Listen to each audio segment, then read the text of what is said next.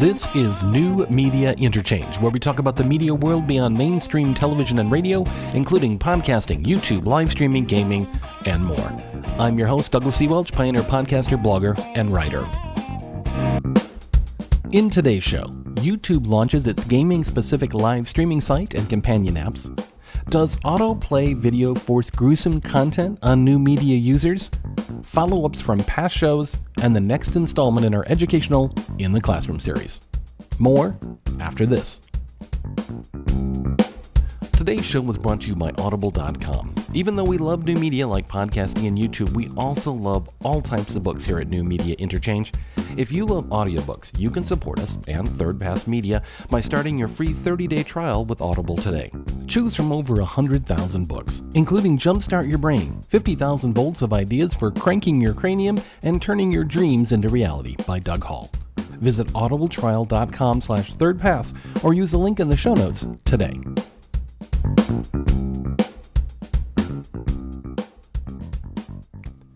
The biggest new media news this week was the launch of YouTube Gaming. This is YouTube's attempt to capitalize on one of its largest niche markets, second only to music on YouTube as a whole.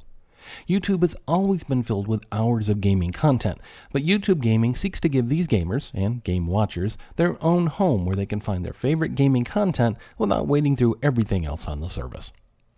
Most industry writers are describing YouTube Gaming as a direct response to Amazon's acquisition of the current leader in gaming content, Twitch TV.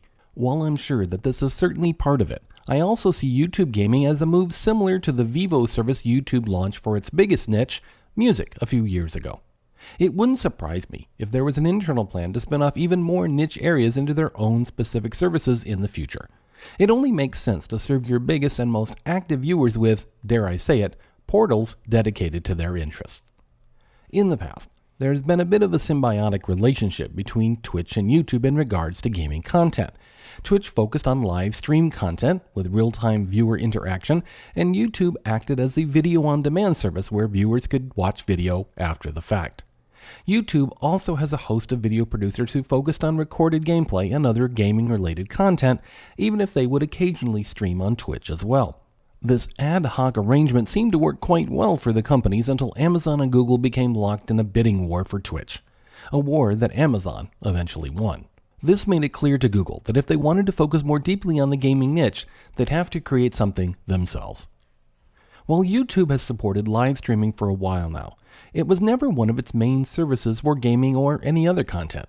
Now, with YouTube Gaming though, live streaming is stepping to the fore. Visit gaming.youtube.com and the first thing you see are the streams which are currently live on the service, including a live preview of the most popular channel airing at the moment.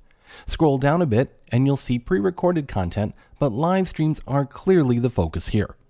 Much like YouTube itself, gaming allows viewers to subscribe and follow their favorite gaming-related channels. When you first enter gaming, it'll ask you if you wish to import channel subscriptions from your main YouTube account. The channels shown for import, though, are only those that have, somehow, been marked as containing gaming content. These subscribed channels are then highlighted on the main page. YouTube Gaming is available directly at gaming.youtube.com, but also via both iOS and Android apps. On one odd note, while both apps can stream content to Chromecast devices to put video on your big screen TV, the website doesn't seem to include this feature, even though the general YouTube site does. Not sure why this is. I will say, as a heavy YouTube viewer of all different sorts of content, I'm not sure how much I'll use YouTube Gaming. Sure, if your viewing is dedicated to only gaming-related content, the market that YouTube is most trying to attract, it'll serve you well. If, like me though, you subscribe to channels on gardening, new media, careers, and more, you'll probably end up sticking with YouTube proper. I might occasionally visit to check out what's streaming live, just as I do with Twitch TV, but I require content far more diverse than this niche site provides. On the technology side, YouTube does offer a few benefits beyond Twitch's offering. First, and I think most important, their video player is based on HTML5, not Adobe Flash, which is what Twitch still uses. Flash is suffering a slow and in most cases much deserved death as a technology. It's notorious for being a processing and memory hog on users' computers, and the recent heavy use of Flash as a vector for malware infections should be enough to convince all of us to move on to some other technology. In some recent cases, browser developers like Firefox have actively blocked Flash content, and years ago, Apple decided not to support Flash on any of its iOS devices. This decision was initially thought quite foolhardy on Apple's part, but now seems quite prescient. YouTube also supports live streams at 1080p at 60 frames per second, at higher bit rates than Twitch itself, which tops out at 1080p at 30 frames a second. I think that gives YouTube a bit of an advantage on streaming quality, although it would be fairly easy for Twitch to step up to those levels if they feel the need. That, of course, points up one of the biggest benefits of YouTube gaming. It's a direct competitor for Twitch, and it's competition that forces companies to improve their services and products. Without such competition, companies can rest on their laurels, even ignoring calls from their users to improve or add new services. On the other side, Twitch is an extremely mature live streaming environment. They have superior chat moderation systems and a host of enhancements that live streamers can add to their streams. One such software is Twitch Alerts, which allows streams to overlay donations, subscriptions, and new followers over their streams in real time, further enhancing viewer interaction. YouTube doesn't yet support any such features, although it seems likely they'll soon be added as the site matures. This one area alone, and YouTube's response to it, could be one of the defining factors in the success of YouTube gaming. Google has not been known for its responsive customer support in the past, almost to the point of silence, so it'll be interesting to see if that improves.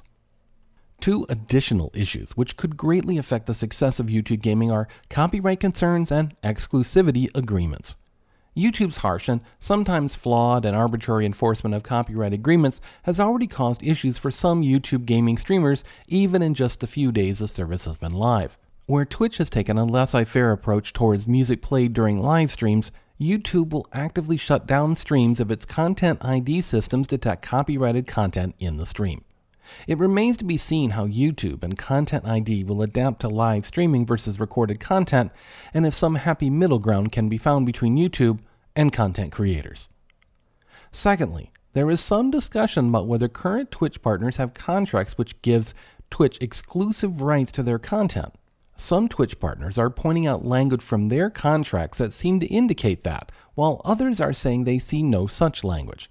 It's possible that the exclusivity clause was added or removed at some point in time, but it will take some deeper research and lawyer fees to see if Twitch partners can even legally stream on YouTube gaming. These contractual obligations could prevent many of the bigger names in streaming from using the new YouTube service at all, or being forced to make an either-or decision between Twitch and YouTube. This points up, of course, the dangers of exclusivity clauses in any new media contract, and why content creators need to be deeply aware of what they're agreeing to in any contract. Exclusivity benefits the content hosting company far more than it benefits the content creator. Exclusivity locks in content creators and gives them little recourse if a service should be slow to improve or support their service.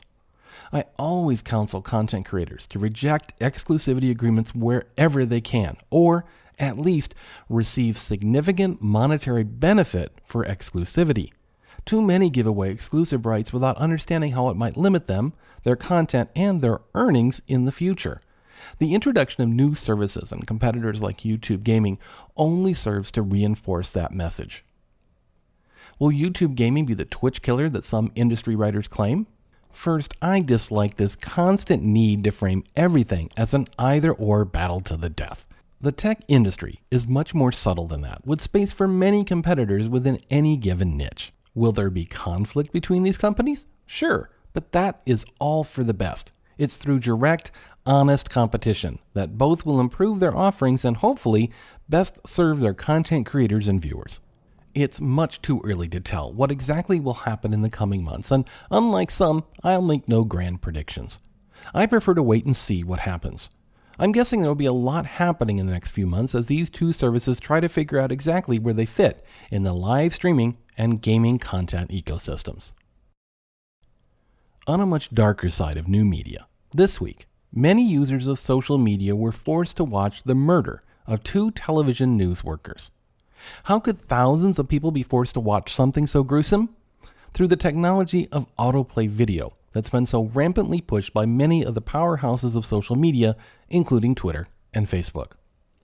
For myself, one of the chief tenets in my online life is that I get to choose what stories, what pictures, what video comes into my life. I choose who to follow on social media and engage regularly and deeply in what I call social media self-preservation. With the advent of autoplay video, though, I lose a large amount of control over what I bring into my new media life.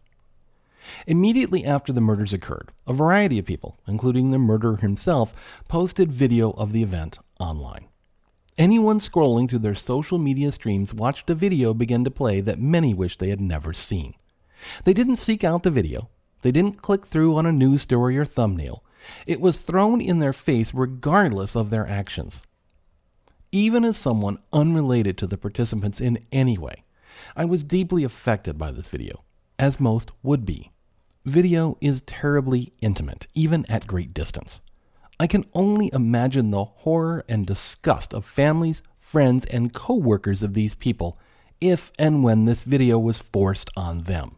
I can only imagine the deep pain they felt to have their personal tragedy forced on themselves and others. And it was forced.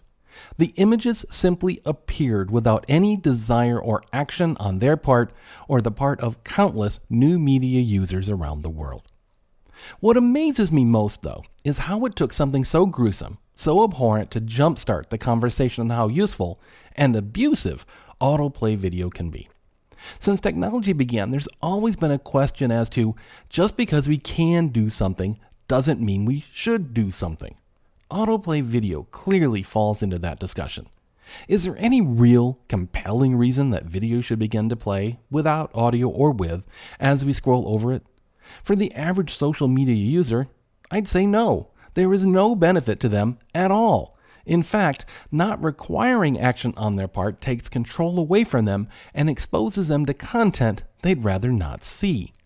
So, who benefits most from autoplay video? Well, the online services, of course. While not deeply monetized on Facebook or Twitter yet, video on those services is the next big market for advertising.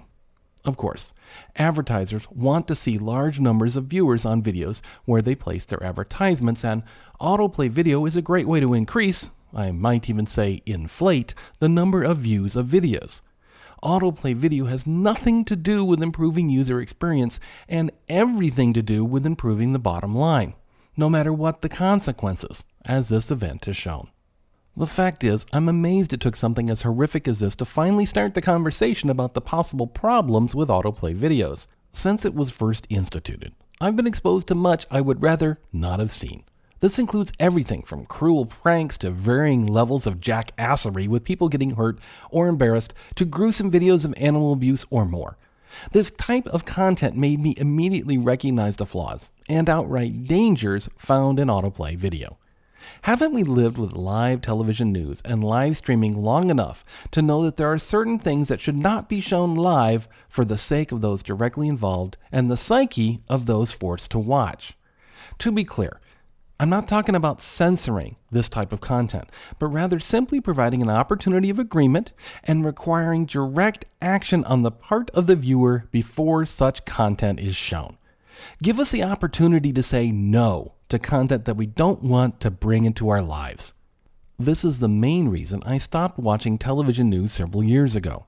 I couldn't easily manage what content I brought into my life each evening, so I used the only power still remaining to me, the off button. Social media services need to realize that their users still have a similar choice in their online lives. Offend them often enough, annoy them often enough, mentally burden them often enough, and they too will use the off switch, the only power remaining to them. There is so much good that new media can bring to our lives, but we must recognize and actively combat the evil it can do. There are times when we must forego the possible monetary rewards and do the right thing. We must take the best that new media has to offer and then clearly recognize and minimize the worst. As Lincoln said, we must seek out the better angels of our nature in both our online and offline lives and ensure we limit the evil we are forcibly exposed to. In some small way, turning off autoplay video, or at least giving people the choice to turn them off, is a place to start. Do you feel there's a danger in autoplay video and how it might be abused in the future, or is forced viewing of tragedy simply a part of modern life? Leave your comments on the blog, email them to nmi@thirdpass.media, or send them via Twitter to NMI Podcast.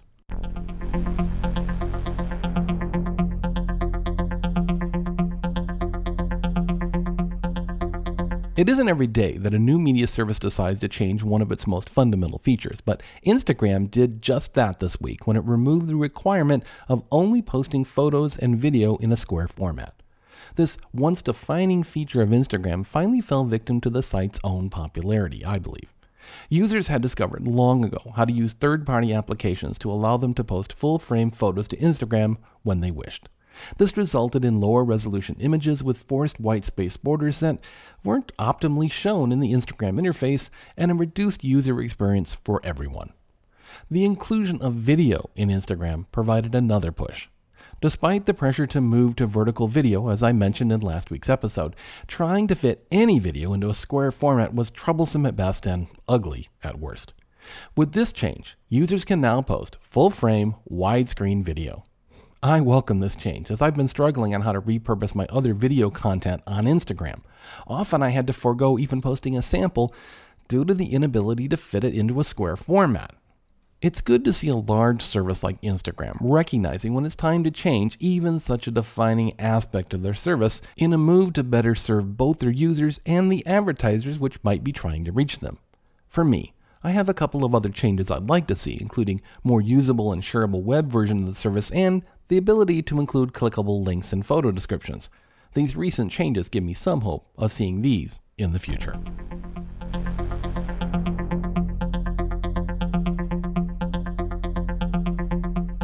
Is virtual reality the future or just a passing fad? Asked Drew Millard in an excellent article for Vice this week. He takes his recent visit to Virtual Reality Los Angeles Spring Expo to discuss what he sees as the current state of the art for virtual reality and its possibilities for the future.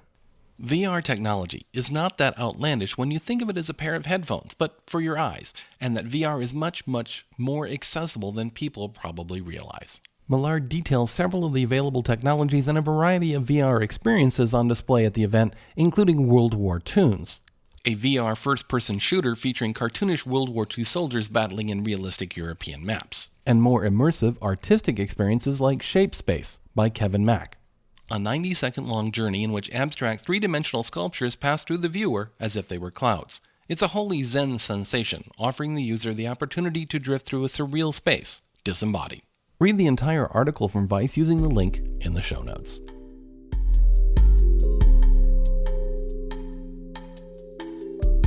In some follow-ups to previous new Media Interchange stories, it looks like cord cutting is hurting more than just overall cable subscribership, according to a recent article in Talking New Media. While some premium channels like HBO and Showtime have decided to provide a la carte over-the-top access to their services, other cable-only channels are struggling. In the days when channel surfing was the norm, channels like A&E, Food Network, and others would benefit from simply being available when nothing else was on.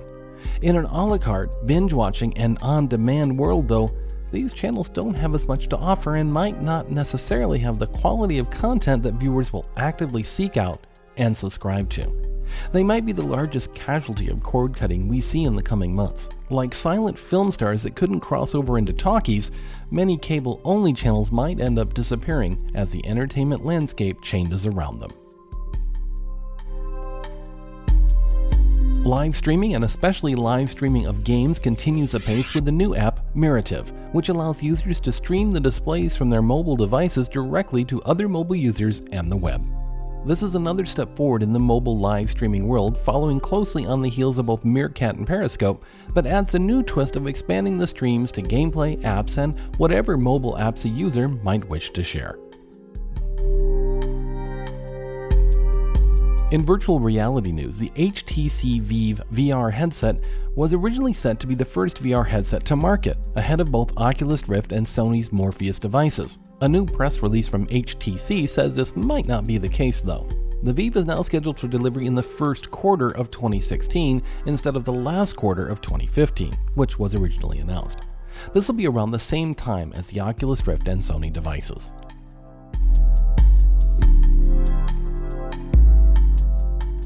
Last week I mentioned the issues involved with freebooting on Facebook, a problem where users download copyrighted content from other creators and upload it to their own channel, often garnering larger viewership than the original video.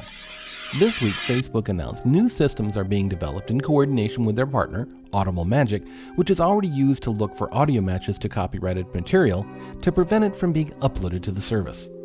The Facebook blog post is rather vague on exactly how this new service will work or what it will provide to content creators, but it appears it will not be automatic like YouTube's Content ID, but require user intervention and management by content creators.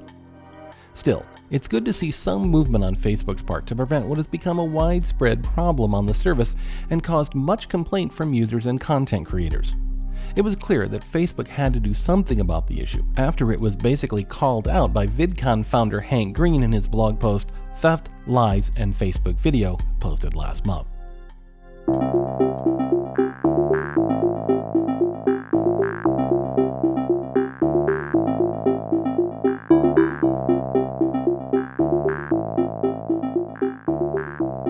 In this week's hardware hot list, I have two reviews of a microphone that is quite ubiquitous in the new media production world, the Rode VideoMic Pro. As I've discussed in the past, great audio is so important to your video projects and can make or break your video overall. One typical device for getting great audio in the field is a shotgun microphone. These are the long and often large microphones you see held above actors' heads in behind-the-scenes footage, often at the end of a long pole. Shotgun mics are designed to be highly directional, excluding extraneous sounds from the side while focusing on the audio source directly in front of the microphone. This can improve audio quality greatly in situations like conference show floors, clubs, or on-the-street recording. Rode captured the low-end shotgun market with the Rode VideoMic a few years ago and with the newer and expanded VideoMic Pro. In the first video, Doug Dugdale from LearningDSLRvideo.com compares the VideoMic Pro to another typical shotgun mic, the Shure VP83. His tests and examples are pretty extensive and also test for RF interference from cell phones for each microphone. I ran into this review on one of my drives. I was like, oh, I never published it. And it was where I'm comparing the Rode VideoMic Pro, the one you've seen me use many times, to the Shure VP83. I even had to look because I'd forgotten the model number on it. It's been a while. So first up, let's talk about build quality and construction. The second video is a complete review of the Rode VideoMic from Phenomenal Creations, along with some setup advice and real-world examples. So today we'll be talking about my go-to microphone, the Rode VideoMic Pro. It's an on-camera microphone and it's a killer for indie filmmakers. Before we go more in depth with the features and such, let's take a look what we will find inside the box. I especially like seeing and hearing the mic work out in the real world and the effects of the various settings provided on the microphone. For me, hands-on, real-world usage always shows off the best and worst qualities of any device, even more than detailed in-office reviews. If you're looking for a shotgun mic to improve your new media productions, check out these reviews and demos. You might find that the Rode VideoMic Pro could work well for you, but you also might find some recommendations for other mics that might better serve your purposes and budget. You'll find links to both videos in the show notes.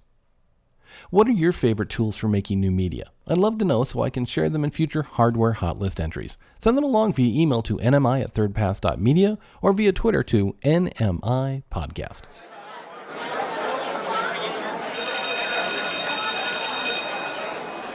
In new media, we can often get bogged down in all the logistics involved: cameras, microphones, video codecs, online services, and more. Today's In the Classroom video leaves all that behind to focus on some of the techniques used to make great narrative videos. Camera movement. Camera movement can add or detract from the emotion the director wants to communicate. Camera movement should emphasize emotion that we want to see in the scene. When the camera moves, it needs to move in relationship to someone or something and create the emotion that supports the story. Let's look at some different camera moves and the emotion that they create. This video from the Slanted Lens Camera Movement Tutorial How to Create Emotion gives you visual examples of a variety of camera moves, what emotions these moves convey, and also puts a name to typical camera moves so that you and your crew can use a common vocabulary when shooting your productions. My wife, who teaches screenwriting for a living, thought that the examples were great to share with her students in order to introduce them to the language of film production so that they might better convey their thoughts in their scripts. You can watch the entire video and more great videos from the Slanted Lens on their YouTube channel. You'll find a link in the show notes. That's it for this episode of New Media Interchange, where we talk about the media world beyond mainstream television and radio, including podcasting, YouTube, live streaming, gaming, and more. Some music written and produced by Kevin MacLeod at incompetech.com and used under Creative Commons license by the author. New Media Interchange is part of the Third Pass Media Network. For more information, visit thirdpass.media. Do you have questions or comments? Send them along to nmi@thirdpass.media or via Twitter at nmipodcast. I'm Douglas E. Welch, and we'll be back next week with more new media news.